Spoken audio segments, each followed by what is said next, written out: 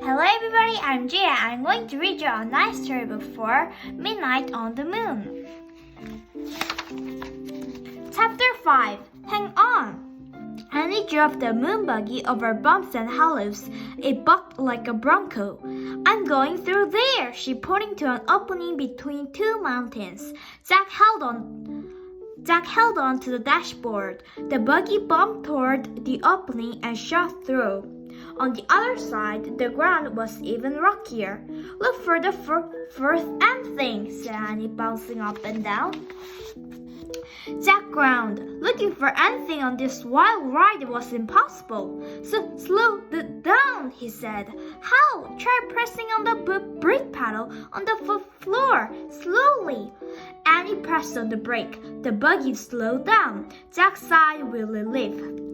The ride was still bumpy, but now at least he could take a good look at the moon. He had ever been to such a colorless, barren place.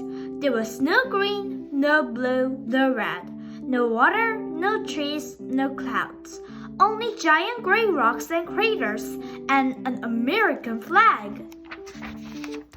Oh man, said Jack, that's from the first astronaut who landed on the moon. And look, a telescope, said Annie. She drove near the flag and telescope.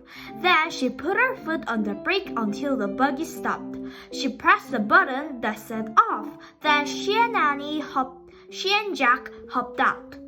Then they took slow giant steps to the side of the first moon landing. Beside the flag was a sign. Annie read it aloud.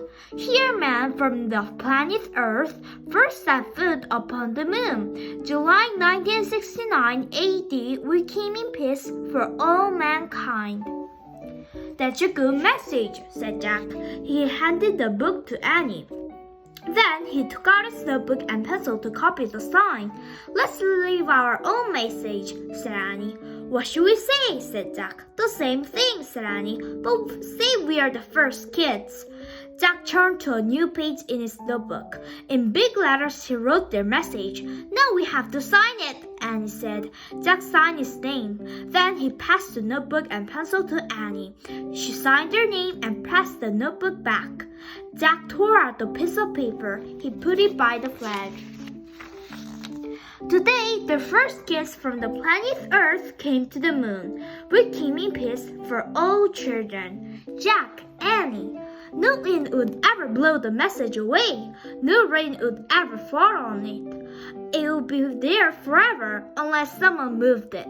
Thinking of forever made Jack feel dizzy. He shook his head to clear his thoughts. Then he remembered the time. Had 2 hours passed yet? I wish I had a watch, he said, standing up. We might be running out of time. Oh wow, a moon man, said Annie. What? Jack turned to look at her. She was staring through the telescope. Jack walked over to the telescope. Annie stepped aside so he could look too.